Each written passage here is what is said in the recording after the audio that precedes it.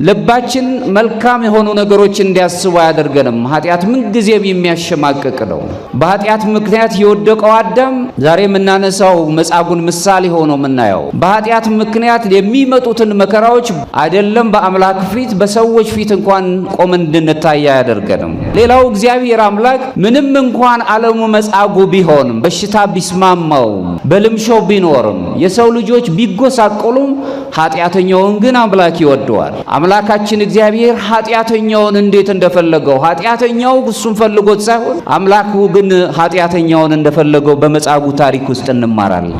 ክርስቶስ ለመጻጉዕ እንዲህ ነው ያለው። መጨረሻም ተነስና አልጋህን ተሸክመ ሂድ። ብዙ ቦታዎች ላይ ሰውነታችን የደከመበት አለ ወገኖቻችን። ብዙ የሚያሰቃዩ የዓለም ውጣ ውረዶችን አስተናግደናል። ብዙ መከራዎችን አይተናል። ምናልባትም በእያንዳንዳችን ቤት ውስጥ ብዙ ስቃዮች አሉ። ተነስተን አምላካችን እግዚአብሔርን እንድናገኘው የሚያስገድዱ መታመን መጀመሪያ ለገዛ ሕሊናችን፣ መታመን ለማህበረሰባችን፣ መታመን ለፈጠረን አምላካችን ይዘት ይህ ያለው የሆነ መልካሙ ነገር በዓለም ተዘበራርቆ ጠፍቶ እናገኘዋለን። በዓለም ላይ የሰው ልጆች የታችና የታላቅ ወይም የበታችና የበላይ የመሆኑ ሚስጥሩ ሌላ አይደለም፣ የፍቅር መጉደል ነው ብለው ነው የሚናገሩት። ክፉን ስራዎችን እንጋፋለን። ሁሉን በሚችል አምላክ ከዚህ ከክፉ ዓለም እይታችን በተለይ ወጣቶች ተስፈኞች እንዲሆኑ ማስረዳት አለብን። ተስፋን የሚያሳይ ዓለም ላይ አይደለም የምንኖረው። እኛ የእግዚአብሔር አገልጋዮች በደሙ የተከፈለልን አገልጋዮች ከመሆን ይልቅ የኃጢአታችን ባሪያዎች አገልጋዮች እንድንሆን ነው የሚያደርገን። ዓለም የሚፈልገው እሱን ነው። ምክንያቱም ወደ እሱ ፈቃድ እንድንሄድ ስለሆነ። እንደማጠቃለያ ወደ ታላቁ ፈውስ የሚወስደንን መንገድ ምዕመናን ማወቅ አለብን። የመጻጉዕ ትልቁ ችግር ፈውስን የሚያገኝበት በመጠመቁ ብቻ ይሁን እንጂ ታላቁን መድኃኒት የሚያገኘውን ክርስቶስን ግን አላወቀው።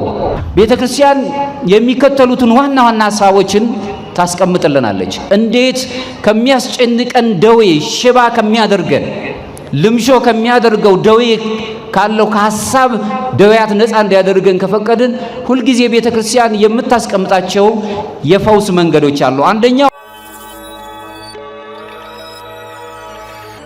ሄላቲዮ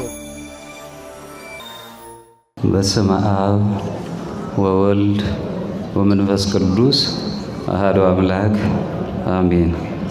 ኦ እግዚእ ኢየሱስ ክርስቶስ ወልደ እግዚአብሔር ሕያው ክስት አየንተ አልባቢነ አብረህ አየንተ ህሊናነ ከመ ንለቡ አንብቦ መጻሕፍትከ። አረጋዊ መንፈሳዊ አምላካችን እግዚአብሔር የእግዚአብሔር አብ ልጅ መጻሕፍትን በምናነብበት ጊዜ፣ መጻሕፍትን በምንማርበት ጊዜ አይነ ልቦናችንን ግለጥልን፣ አይነ ህሊናችንንም አብራልን። አረጋዊ መንፈሳዊ እግዚአብሔርን ፈቅዶና ወዶ ለዚህ ሰዓት ስላደረሰን ስሙ የተመሰገነ ይሁን። ክቡር አባታችን መላከ ሰላም አይነ ኩሉ የዚህ ታላቅ ካቴድራል ዋና አስተዳዳሪ እንዲሁም መጋቢ ሃይማኖት ቀሲስ ሲሳይ የዚሁ ደብር ዋና የስብከተ ወንጌል ክፍል ኃላፊ ወንድማችን ቀሲስ አሸናፊ ገብረ ማርያም በዝማሬ ሲያገለግሉ ነው የነበሩት። ካህናት አባቶቻችን፣ መነኮሳት፣ እንዲሁም ዲያቆናት፣ ምእመናን፣ እግዚአብሔር ቤተሰቦች፣ ወጣት ዘማሪያን ለዚህ ሰዓት እግዚአብሔር አምላካችን ስላደረሰን ስሙ የተመሰገነ ይሁንና እንደምን አደራችሁ? አምላካችን እግዚአብሔር ድጋሜ ስሙ የተመሰገነ ይሁን።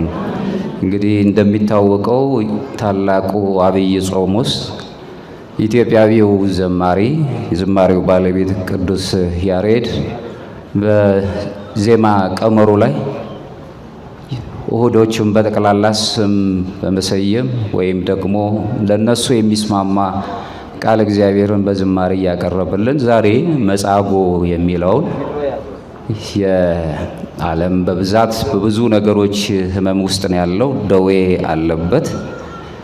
ይህንን የሚያወሳ ታሪካዊ ይዘት ያለውን ነገር ከዮሐንስ ወንጌል ምዕራፍ 5 ከቁጥር 1 እስከ 15 ያለውን ኃይለ ቃል ምክንያት አድርጎ ለዝማሬው በቀመር ያስረዳናል። ዛሬ እንደ እግዚአብሔር ፈቃድ ባለችን ደቂቃ ውስጥ ከዚህ ጋር የተያያዙትን ነገሮች እናያለን። የዚህ ሳምንት የእሁዱ ስያሜ ቤተክርስቲያናችን እንደሰየመችው በዝማሬውም እንደሚታወቀው መጻጉዕ ተብሎ ይታወቃል። ላይ የተነበበውም ዮሐንስ ወንጌል ምዕራፍ 5 ከቁጥር 1 እስከ 15 ያለው ኃይለ ቃል ይሆናል።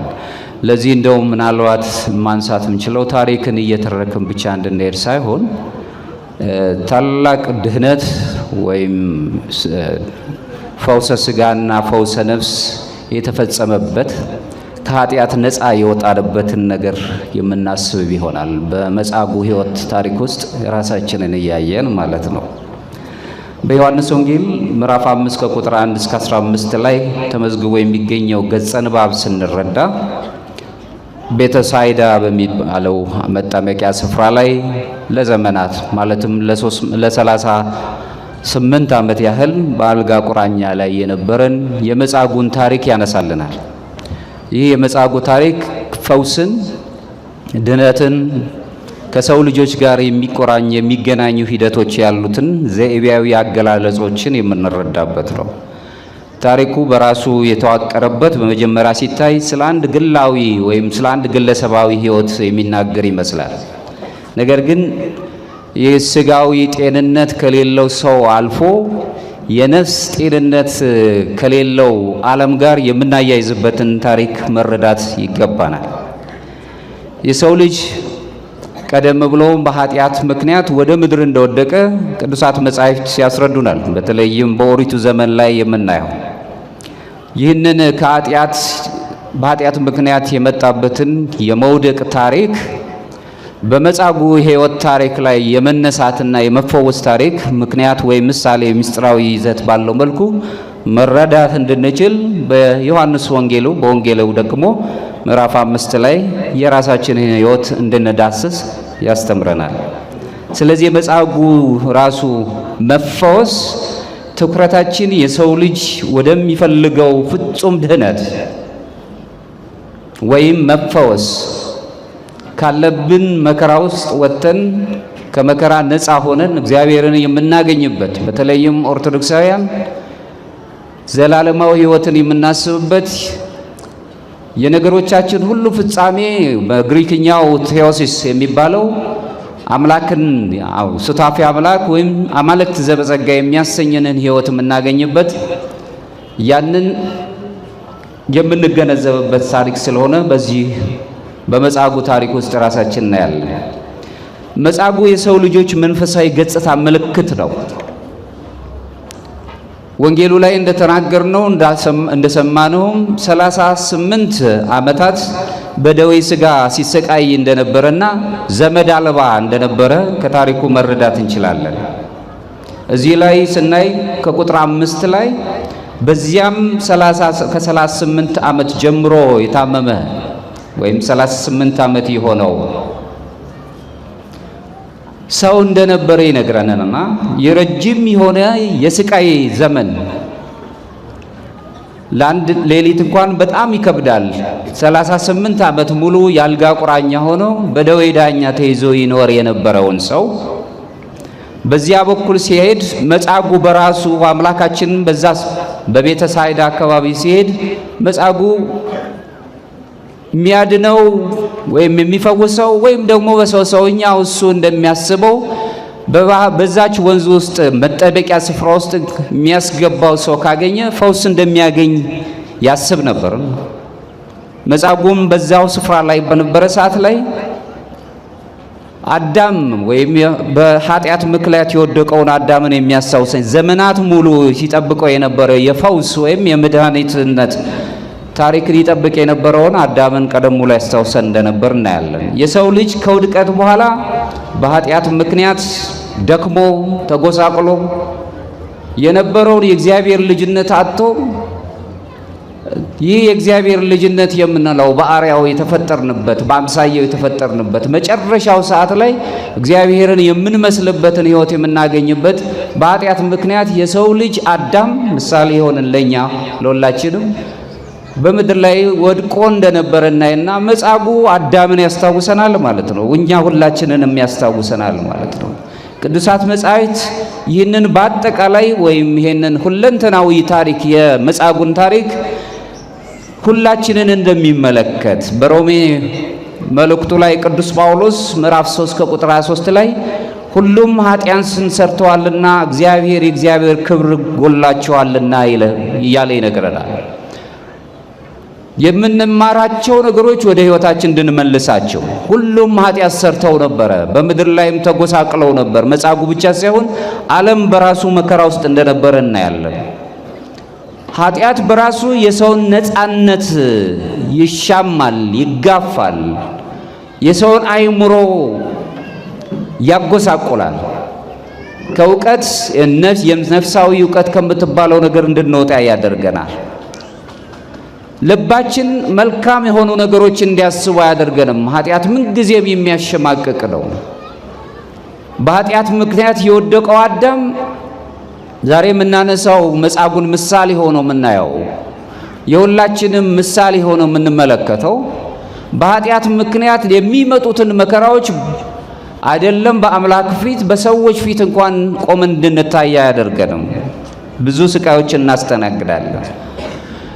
በነገረ መለኮት አዋቂው የሆነው አውግስቲን የተባለው ታላቅ አባት ሲናገር ይላል ስለ መጻጉዕ በተናገረበት ወይም ደግሞ የዮሐንስ ወንጌልን በተረጎመበት አንቀጹ ላይ እንዲህ ይላል።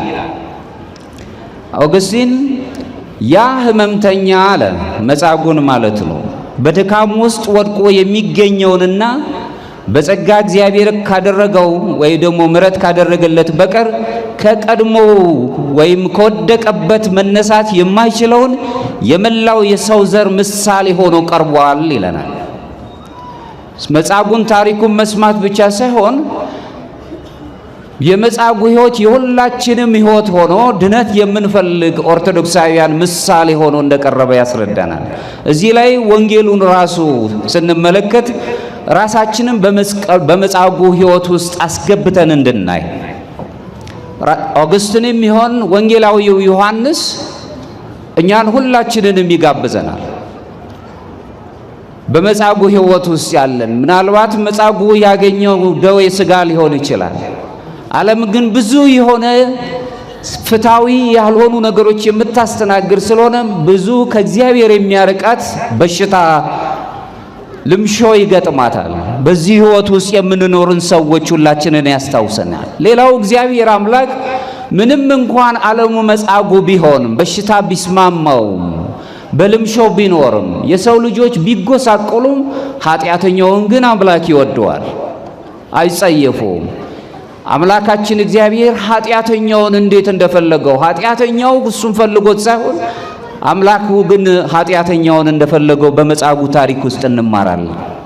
ታሪኩ አንዱ ከሚያነሳልን እጅግ ታላቅ አስገራሚ ገጽታ ውስጥ አንዱ መጻጉዕ ክርስቶስን ለመፈለግ በንቃት ውስጥ የነበረ እንዳልሆነ ነው የምንረዳው። እሱ የሚያስበው ባህር ውስጥ ወይም የወንዝ ውስጥ ገብቶ እዛው ባለችበት መጠመቂያ ስፍራ ውስጥ ገብቶ እንደሚፈወስና ሰው አልባ መሆኑን ማንም እንደሌለው ነው የሚያስበው። ይልቁንም ክርስቶስ ራሱን መጻጉዕን የሚፈልገውን ነገር እንዲገልጽለት ምን ላድርግልህ ልትድን ትወዳለህ ነው። ነፃነት ያለበት ጥያቄ ማለት ክርስትና የነፃነት ጉዞ ነው። አቀርብ ለከ እሳተ ወማይ ደይ እዲከ ሀበ ዘፈቅርከ እሳትንም ውሃም አቅርቤልሃለሁ ወደ ወደድከው እጅህን ሰንዝር ነው። የሰው ልጅ በአይምሮ ነፃነት እንዲኖር አይምሮ ግዕዛን የምንለው ማለት ነው። በዚህ ነፃነት ውስጥ እንድንኖር የመዳናችን ቁልፍ በእጃችን ነው ያለው ማለት ነው። እኛን የሚያድን አምላክ የማያንቀላፋ አምላክ ነው። እኛ እንኳን በዚች ዓለም ላይ ወይም በመጻጉዕ ዓለም መጻጉዕ በተኛባት አልጋው ላይ ለዘመናት የተኛባትን አልጋ ይቺ ዓለም ምሳሌ ሆኗ በዚች ዓለም ላይ ብንጎሳቆልም እሱም ባንፈልገውም እሱ ጋር አምላካችን ፈልጎን እንደ መጻጉዕ ይደርሳል ማለት ነው። ወንጌሉ ሲናገር ዮሐንስ ወንጌል ምዕራፍ 5 ቁጥር 6 ላይ ራሱ መድኃኒታችን ኢየሱስ ክርስቶስ ይህ ሰው ተኝቶ ባየው ጊዜ ነው የሚለው መጻጉዕን እስካሁን ብዙ ዘመናት እንዲሁ እንደሆነ እንደነበር አወቀ፣ ያውቅ ነበረ። ስለዚህም ስለ ድህነቱ ስለ መዳኑ አንድ መሰረታዊ እውነታን እንድተናገረን ልትድን ትወዳለህን ፈቃድን ጠየቀ። እግዚአብሔር የሰው ልጆችን በማዳን ሕይወት ውስጥ በመፈወስ ሕይወት ውስጥ ተቀዳሚ ነው። መጀመሪያ እግዚአብሔር አምላካችን አዳኝ እሱ ነው፣ መድኃኒት እሱ ነው። የሚያድነን ከብዙ ነገሮች ሁሉ የሚያወጣን አምላካችን ኢየሱስ ክርስቶስ ነው። የእግዚአብሔር ልጅ ወደ ዓለሙ የሚመጣው በትክክለኛው መንገድ ራሳችንን ለማዳን ስለሚፈልግ ነው። መዳን ያለባቸው የእግዚአብሔር ሰዎች የሱ መንጋዎች የሆኑ አሉ። እነሱም ማዳን ስለሚፈልግ ቸር የሆነ እረኛ አምላክ ሁላችንን ሊያድነን ወደዚህ ምድር እንደ መጻጉዕ መጥቷል። እሱን እናስባለን። የሉቃስ ወንጌል ምዕራፍ 9 ከቁጥር 10 ላይ የሰው ልጅ የጠፋውን ሊያድን ወደዚች ምድር መጥቷል ብሎ ነው የሚነግረን። ለዚህ የሚስማማው ቅዱስ ዮሐንስ አፈወርቅ በአምስተኛው ክፍለ ዘመን የነበረ ታላቅ አባት ይህንን የክርስቶስን ርኅራኄ፣ ቸርነት፣ የሰው ልጆችን ለማዳን ያደረገውን መልካምነት በገለጸበት በተለይም ደግሞ ዮሐንስ ወንጌልን በተረጎመበት አንቀጹ ላይ እንዲህ ይላል። አምላካችን ወደ ሕመምተኛው መጻጉዕ የቀረበው ሕመምተኛው ስለጠራው ሳይሆን ክርስቶስ ራሱ ምሕረቱን ሊያሳይ ስለወደደ ነው። እኛ ስለፈለግነው ሳይሆን ዓለም ስለፈለገው ሳይሆን እሱ ስለፈለገን ወደኛ መጣ ነው ይላል። ዛሬ በዚች ቤተ ክርስቲያን ተሰብስበን ያለን ምእመናን እግዚአብሔር የሚፈልገን ቤት እንኳን ብንኖር እዚህ አካላችን መጥቶ ነፍሳችን ወይም መንፈሳችን ውጭ እንኳን ቢሆን አምላካችን እኛን ይፈልገናል። እሱም ታላቅ ነገር ማድረግ የሚችል አምላክ ስለሆነ ስለዚህ ከሁሉ ነገር መለኮታዊ ጸጋ መንፈስ ቅዱስ ከኛ ጋር ስላለ ከሚያስጨንቀን ከደዌ ሥጋ ብቻ ሳይሆን በሐሳብ ከምንጨነቅበት ነገሮች አሁን የምንኖረው ስብራት በገጠማት ዓለም ላይ ነው። ሰዎች በእኩልነት በማይዳኙባት ዓለም ላይ ነው። ሰዎች ባላቸው ነገር በሚኖራቸውና በሰበሰቧቸው በዙሪያቸው ባሉ ሰዎች ነው ተወክሎ የሚታዩት። እንደውም በአንዳንድ መቷ ላይ ስትመለከቱ ሰዎችን ሌላ ቅጽል ነገር እስኪሰጧቸው ድረስ ማነ ሰው ሆኖ ሳለ ሰው ማን አይባልም፣ ሰውነቱ ይታወቃል። ከሁሉ ነገር የበለጠ ሰውነት ክቡር ነው። ሰውነት ምስጢር ነው። በሰውነት ሕይወት ውስጥ የሚገለጥ ሰው ማን አይባልም፣ ሰው መሆኑ እየታወቀ አንትሙ ታቦቱ ለእግዚአብሔር ነው የሚለን ቅዱስ ጳውሎስ በሁለተኛ ቆሮንቶስ መልእክቱ ላይ እናንተ የእግዚአብሔር ቤተ መቅደሶች ናችሁ፣ ያውም ቤተ መቅደስነታችን በዋጋ የተገዛ ዋጋውም ደግሞ ደም የተከፈለለት በክርስቶስ ደም ሁላችን የክርስቶስ ባሪያዎች አገልጋዮች የሆነን የራሳችሁ አይደላችሁም ነው የሚለው። አሁን እዚህ ላይ መጠየቅ አለብን። የሰው ልጅ የራስ ማንነት የሚባል ጥያቄ ወይም የማንነቱ ነገር በጥያቄ ውስጥ ከገባ እንዴት ነው የወል ማንነት የተሰጠው ነው? አሁን ብዙ ጊዜ ዓለም ትመለከቱ እንደሆነ በወል ማንነት ውስጥ ነው እየታዳኝ ያለው በያዘው የቆዳ መልክ በሚናገረው ቋንቋ እንጂ ሰው በሚሆነው ሰውነቱ አይደለም እየተነገረ ያለው። መጻጉዕ ሰው ስለሆነ ነው የሰው መድኃኒት የሆነው ክርስቶስ ሊያድነው ወደዚች ምድር የመጣው። ሰው አልባ እንኳን ብንሆን የኛ የሁላችንም መድኃኒት የሆነው ሊያድነን የመጣ አምላካችን ሰውነታችንን ይናፍቀዋል። ከሁሉ ነገር መድኃኒት የሆነው ክርስቶስ እኛንም ለማዳን የታመነ አምላክ መሆኑን እናያለን። ሌላው አምላካችን እግዚአብሔር የድነት ትእዛዝን ሁሉ ገልጾልናል።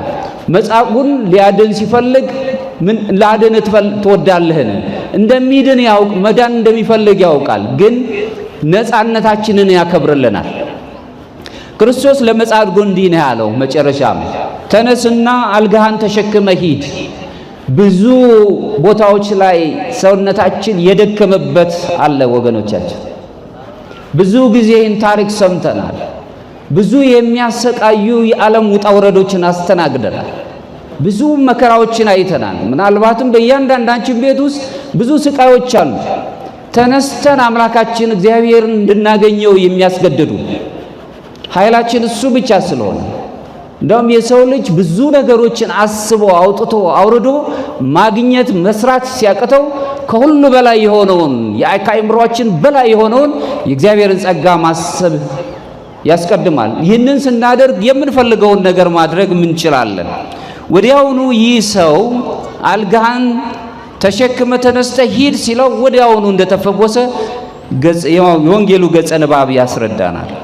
ይህ እግዚአብሔር ቃል የሕይወት ሰጪ ስልጣን ያለበት ማንም ሰው ይሁን ሲል የሚሆን ነገር የለም። ብርሃን ይሁን ሲል የሆነው በአምላክ ቃል ብቻ ነው።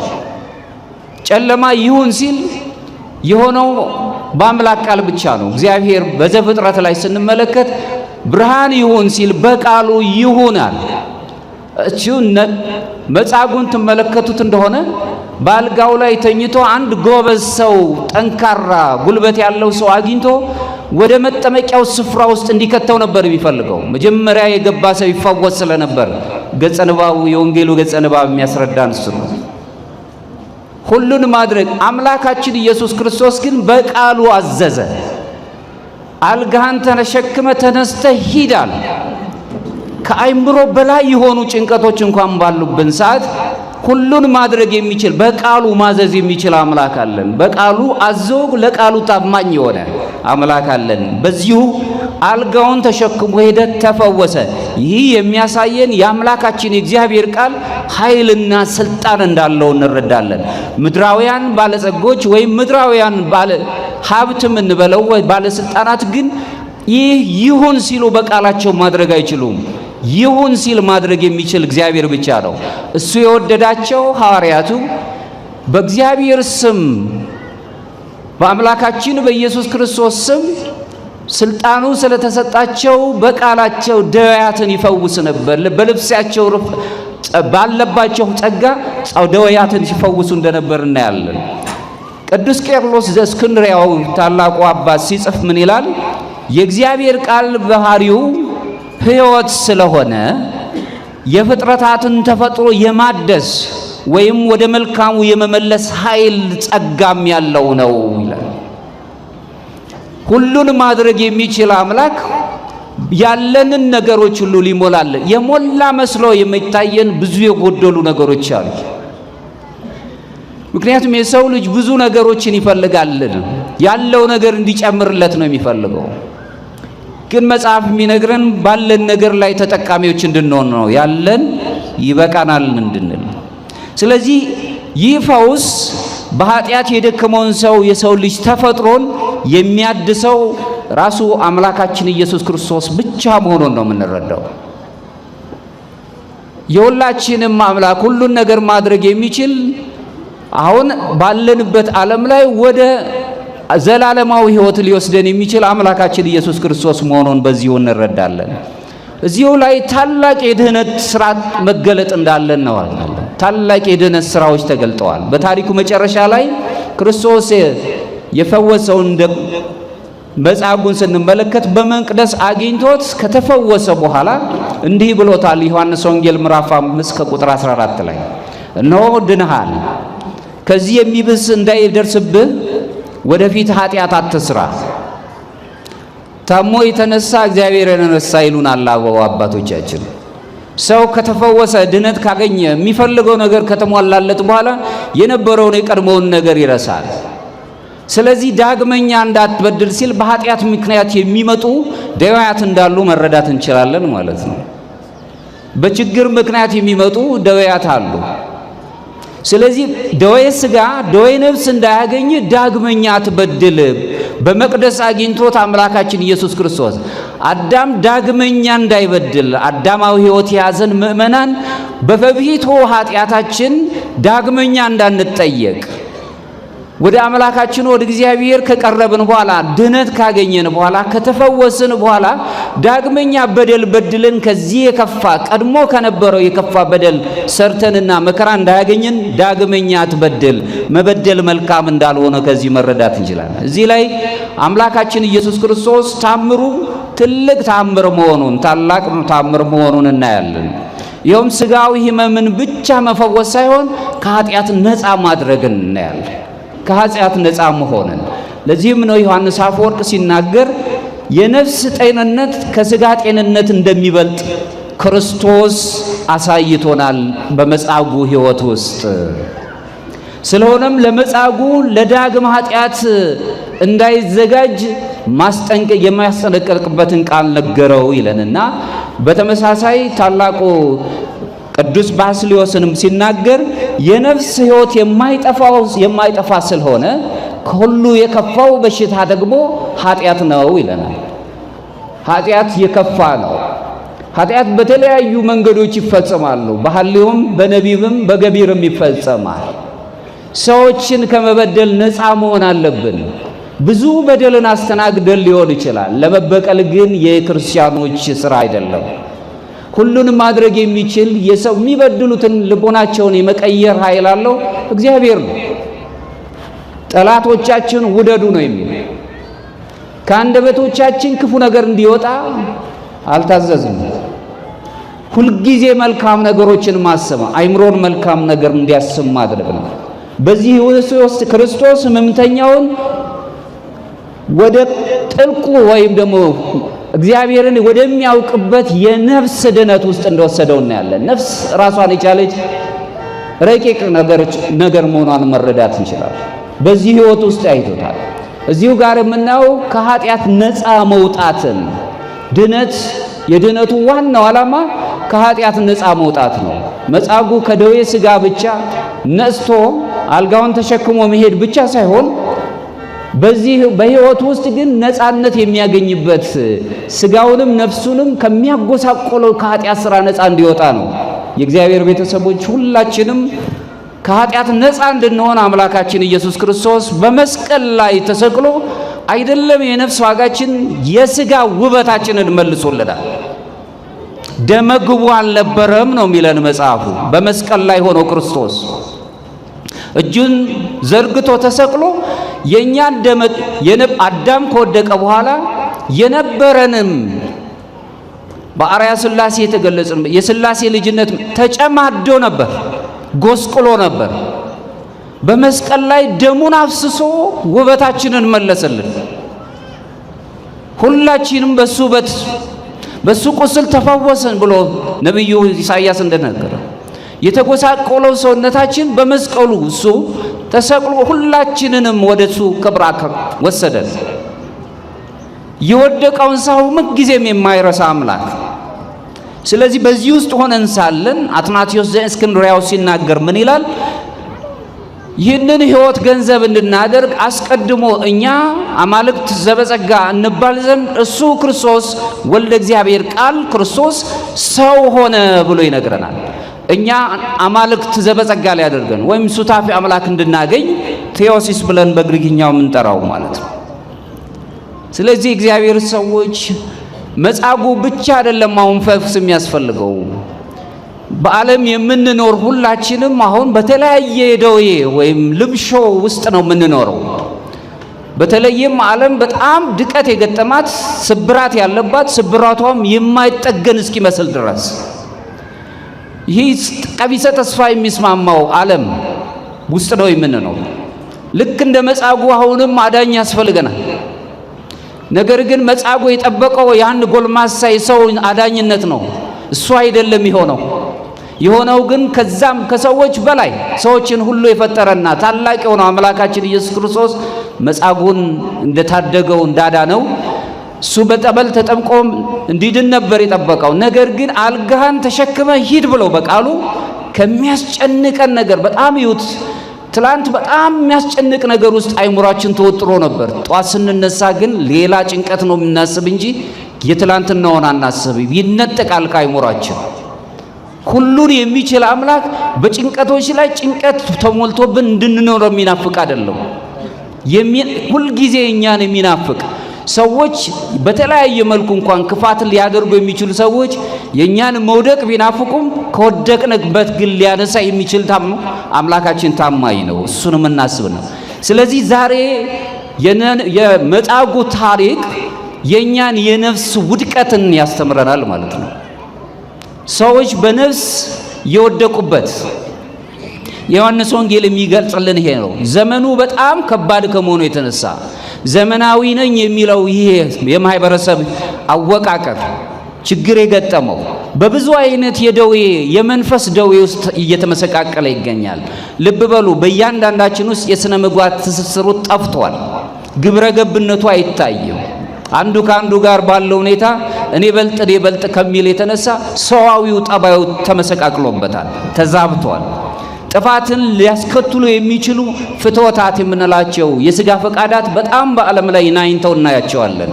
የእምነት መጥፋት መታመን ማለት ነው። ወኩን መሐይምን እስከ ለሞት እስከ ሞታችን እስከ እቅታችን ድረስ የታመንን መሆን መታመን መጀመሪያ ለገዛ ሕሊናችን፣ መታመን ለማህበረሰባችን፣ መታመን ለፈጠረን አምላካችን። ይህ ይዘት ይህ ያለው የሆነ መልካሙ ነገር በዓለም ተዘበራርቆ ጠፍቶ እናገኘዋለን። ሌላው መንፈሳዊ ባዶነት፣ ልምሾነት፣ መንፈሳዊው በመንፈስ መውደቅ፣ የመንፈስ ደዌነት በዓለም ላይ ወድቆ ነው ያለው። ሰው በሰውነቱ የሚከብርበት አይደለም። አንዱን በአንዱ ባገኘው ባጣው ነገር ላይ ነው የሚለካው። ሰው በዚች ዓለም ላይ ታናሽና ታላቅ እስኪኖር ድረስ ደርሷል። በተለይም የምጣኔ ሀብት ባለሙያዎች በዚች ዓለም ላይ ያንዱ ትልቅ ያንዱ ትንሽ ወይም ያንዱ ባለጸጋ መሆን ወይም ያንዱ ድሃ የመሆን ምስጢሩ በዓለም ላይ የተዘራጋው በዓለም ላይ የተዘረጋው የሥርዓት መዋቅር ፍልሰት ነው ብለው ይናገራሉ። የነገረ መለኮት ምሁራን ግን ከዚህ የበለጠ ነው የሚያስረዱት። በዓለም ላይ የሰው ልጆች የታችና የታላቅ ወይም የበታችና የበላይ የመሆን ምስጢሩ ሌላ አይደለም፣ የፍቅር መጉደል ነው ብለው ነው የሚናገሩት። ሁሉም በጋራ እንዲኖር። ለዚህ ነው ቅዱስ አምብሮስ የተባለው የቤተ ክርስቲያናችን ታላቅ አባት የሚላኑ ሲናገር ምን ይላል? አንተ ለድሃው ስትሰጠው የራሱን ታስረክበዋለህ ይለናል። ምክንያቱም ይቺ ዓለም የተፈጠረችው ለጋራ ልትኖርበት ነው፣ የራሱ የሆነውን ወስደሃልና ይላል። የእግዚአብሔር ቤተሰቦች ተመልከቱ። እንዴት ነው ከኪሴ አውጥቼ የሰጠሁት ነገር የሰውየው የሆነው? ምክንያቱም እቺ በጋራ እንድንኖርባት የተሰጨችውን ዓለም ለግል ጥቅምህ አድርገሃታልና። ቅዱስ አምብሮስ መልሶ ሲናገር ይቺ ዓለም የተፈጠረችው ለሀብታሞች ብቻ አይደለም ለድሆችም ጭምር እንጂ። ይህንኑ ሐሳብ የተስማማው በዘመኑ የነበረው ቅዱስ ዮሐንስ አፈወርቅ ሲናገር ለድሃው ስትሰጠው ጎጡን፣ ጾታውን፣ ሌላው ይቁርና ሃይማኖቱን ብላት ስለ ክርስቶስ ብለ ብቻ ስጥ ነው የሚለው። ሰዋዊነት ይገዝፋል።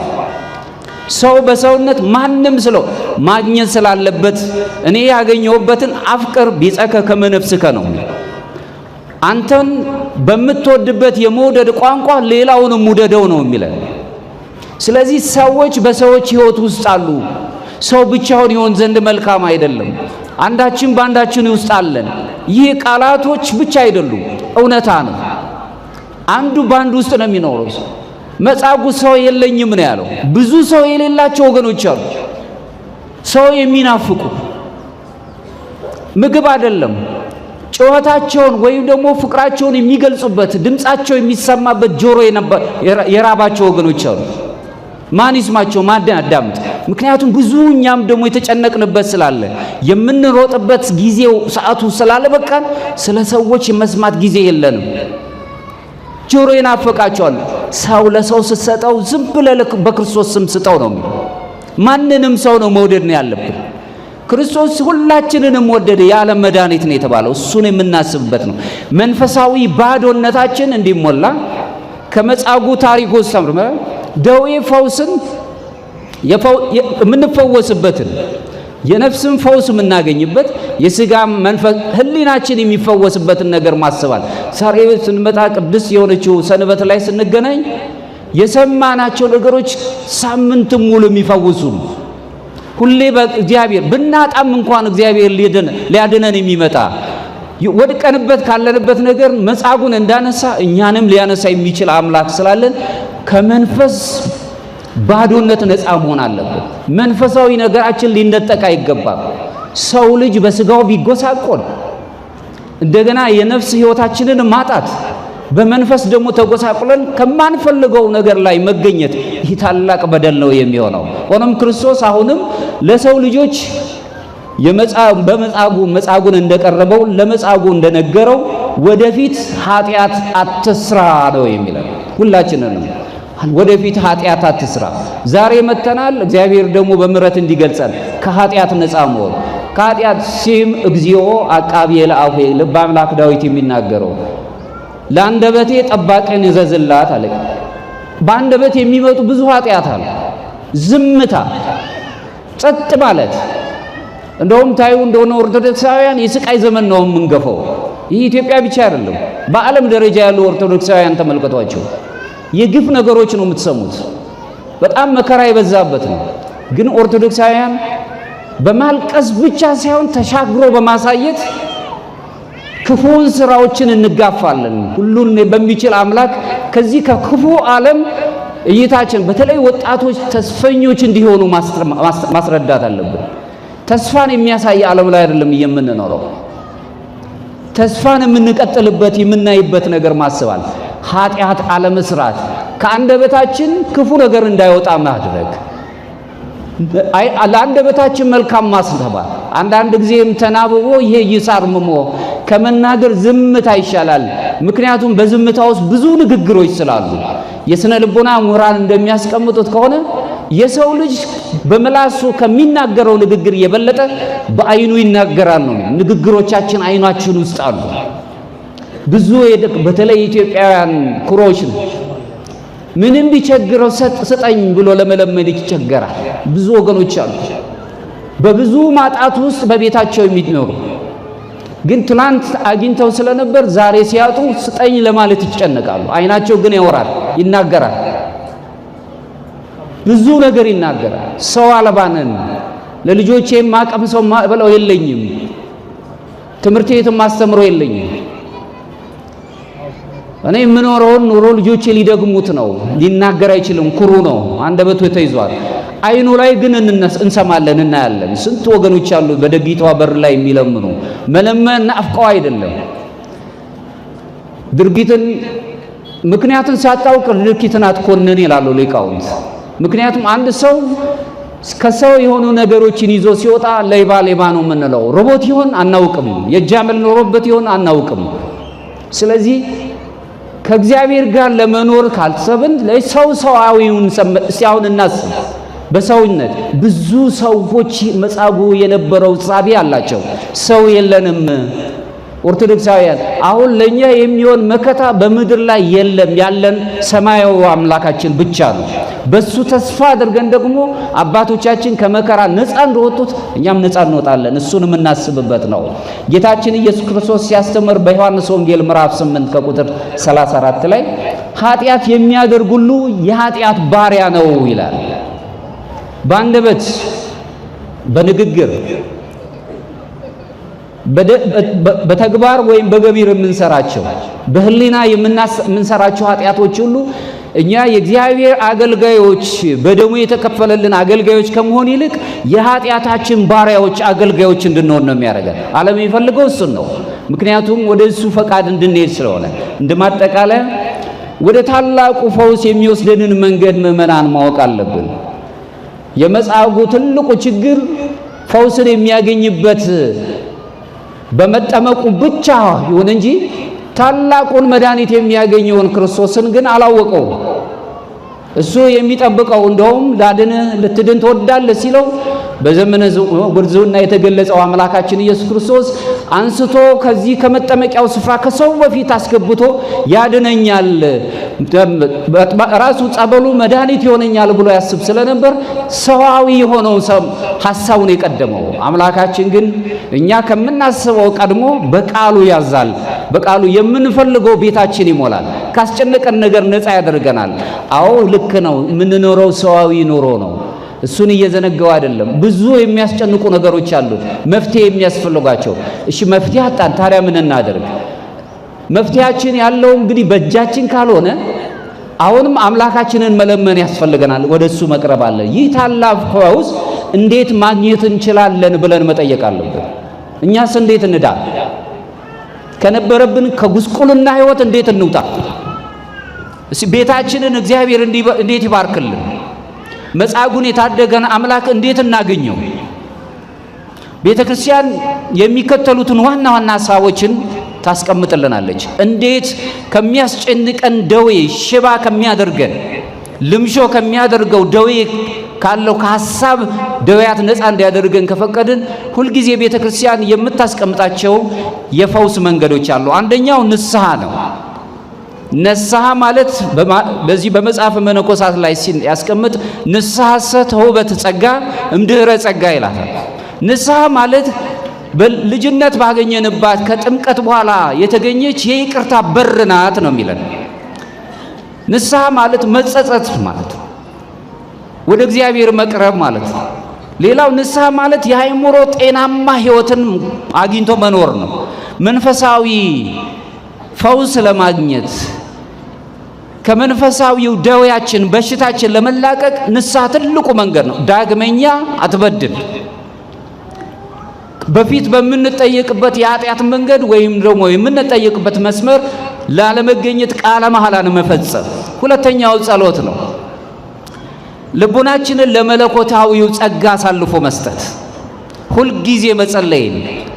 በዚህ በጥንቷ ቤተክርስቲያን ውስጥ በኦርቶዶክሳዊ ዓለም ላይ ንጹህ ጸሎት የምትባለው ወይም ራሳችንን ምንም ቃላቶች በሌለበት በአርምሞ ውስጥ ሆነን የምንጸልያቸው ጸሎቶች አሉ። ወይም አጭር የኢየሱስ ክርስቶስ ወይም የጌታ ጸሎት የሚሏት በኦርቶዶክሱ ዓለም ላይ ኪሪያላይሶ እግዚኦ መሐረነ ክርስቶስ፣ አጭር ጸሎት ብዙ መልእክት ያላት። ኃጢአተኛውን ሰው እኔን ይቅር በለኝ፣ ሁልጊዜ ወደ አንተ ቀርባለሁ። ሌላው የምስጢራት የቤተ ክርስቲያን ተካፋይ መሆን ነው። በምስጢራት የቤተ ክርስቲያን ውስጥ ሁላችንም ተካፋይ እንድንሆን ተጠርተናል። ሰባቱ ምስጢራት ማለት ነው። በዚህ ውስጥ ተካፋይ እንድንሆን በጥምቀቱ ልጅነታችንን አግኝተናል። በቅባ ሜሮኑ ደግሞ ህትመት ሌላ ደዌዎች እንዳይገጥመን ወይ ደግሞ የልጅነታችን ነገር እንዳይነጠቀን እንዳዳም ማይተም አግኝተናል። በስጋውና ደግሞ ሕይወታችንን ከክርስቶስ ጋር ሶስቱን ምስጢራት እንደውም የነገረ መለኮት ምሁራን የሚያስቀምጡት ምስጢረ ጥምቀትን፣ ምስጢረ ቁርባንን፣ ምስጢረ ቀንዲልን እነዚህን ምስጢረ ሜሮን ሶስቱን ይዞ ክርስቶስን መልበስ ያለውን ቅዱስ ጳውሎስ በሮሜ መልእክቱ ላይ የተናገረውን እነዚህ ወደ ሱታፌ አምላክ የሚያቀርቡን ብሎ ይገልጻል። ንስሐም አለን፣ ቀንዲልም አለን፣ ቅዱስ ጋብቻም አለ፣ ቅዱስ ክህነትም አለ። በእነዚህ ሕይወት ውስጥ ተሳታፊ መሆን አንዱ የፈውስ መንገድ ነው። ምክንያቱም እኛ ኦርቶዶክሳውያን ነን። እነዚህን መንገዶች ምሳሌ በማድረግ ሁላችንም የሰው ነፍስ ራሷ እግዚአብሔርን እንድትናፍቅ ፈዋሽ ወደ ሆነው ኃይል እንድንቀርብ ቤተክርስቲያን ታስተምረናለች። ስለዚህ በቤተ ሳይዳ የተገለጸው ወይም የነበረው የመጻጉዕ የፈውስ ሕይወት ጥልቅ የሆነ እውነታን የሚያስረዳን ነው። ሁላችንም ፈውሱን እንድናገኝ ክርስቶስ የመጣው ስጋን ለመፈወስ ብቻ አይደለም፣ በስጋችን እንድንፈወስ ብቻ አይደለም፣ ከኃጢአትም ደግሞ ነፃ እንድንሆን ነው። የሰው ልጅ በኃጢአት ወድቆ ነበር በአዳም ምክንያት። ከኃጢአት እስራታችን ነፃ እንድንወጣ ነው። አሁንም ሁላችንም የሚያስጨንቁን ነገሮች ካሉ በራሳችን ላይ ሊደረግ የማንፈልገውን ነገር በሰው ላይ ማድረግ ራሱ ኃጢአት ነው። እሱን ማድረግ የሌለብን። ስለዚህ ልምሾ የሆነውን ደዌ ያገኛትን ነፍሳችንን እንድትነሳ አሁንም መጻጉዕን አልጋን ተሸክመ ተነሳ እንዳለው እኛም የምንነሳ ነው። በነፍስ እግዚአብሔር እንዲገለጽ በነፍሳችን ሕይወት እንድናገኝ ካለንበት በአልጋ በተመሰለችው የኃጢአት ሕይወት ወይም በዓለም ላይ የምንኖርበት የጉስቁልና ፍቶት የሚስማማት ሕይወት ከዚህ ተነስተን ወደ አምላካችን መቅረብ አለብን። የጎሰቆለውን ልባችንን ወደ አምላካችን እንዲያዘነብል ማድረግ አለብን። እንዲፈወስ የምናደርግበት ልዩ መንገድ ስለሆነ ኃጢአትም ከእግዚአብሔር ጋር የምናደርገውን መልካም የሆኑ ዘላለማዊ መንገዳችንን የሚያቋርጥ ስለሆነ ሁላችንም ከኃጢአት ነፃ መሆን አለብን። ሁልጊዜ ከኃጢአት ነፃ እንሆን ነው የምንባለው። በራሳችን ላይ ልምምድ ከሰው አንጠብቅ። በራሳችን የራሳችንን ነገር የምናይበት ነገር ማሰብ አለብን። እንግዲህ ዮሐንስ ወንጌል ምዕራፍ 5 ከቁጥር 14 ላይ እነሆ ድነሃል፣ ከዚህ የሚብስ እንዳይደርስብህ ወደፊት ኃጢአት አትስራ ነው ያለው። ልባችን እንዲፈወስ እንዲጠገን ዳግመኛ በደል መስራት የለብንም። ሁሉም በሚችል አምላክ ከኃጢአት ለመራቅ ሁልጊዜ በንስሐ በጾም መትጋት አለብን፣ በጸሎት መትጋት አለብን። ወደ ቅድስናው የሚያመራውን የነጻነት ከኃጢአት ነጻ የሚያደርገንን ድነት የምናገኝበት ሁልጊዜ የምናስበውን ነገር ከኃጢአት ድነሃል፣ አንተ ተፈውሳል የሚለውን ቃል መስማት አለብን። ስለዚህም እንግዲህ ይህንን ታላቅ ፈውስ የምንሰማ ሁላችን በእግዚአብሔር መንግሥት የሚገኘውን ሕይወት እንድናገኝ አሁንም አምላካችን ለመጻጉዕ ልትድን ትወዳለህ እንዳለው ሁላችንንም ለማዳን ታማኝ አምላክ በፊታችን አለ። መጻጉዕን የፈወሰ ዓለምን ይፈውስልን። በየቤታችን የሚያስጨንቀንን ነገር ሁሉ ያንሳልን። ከዚህ የሥነ ምግባር የግብረ ገብነት ጥሰት ከሞላው ዓለም እግዚአብሔር በመልካም ነገር ቀይሮ የኛንም ሕይወት የሚያቃና ያደርግልን። ካሰብንበት ነገር ትላንት ተሸክመናቸው ምንዞረው የነበረውን ነገር ጥለን መጻጉዕ በቤተ መቅደስ ነው የተገኘው ከዳነ በኋላ። እኛም በቤተ መቅደስ ተገኝተው እኛም ራሳችን የእግዚአብሔር ቤተ መቅደሶች ነን። ልባችን የእግዚአብሔር ቤተ መቅደስ ነው። በዚህች በቤተ መቅደስ ውስጥ ደግሞ መልካም ነገር ነው ሊሰራ የሚገባው። በመልካም ነገር የምንገለጽበት ያድርግልን።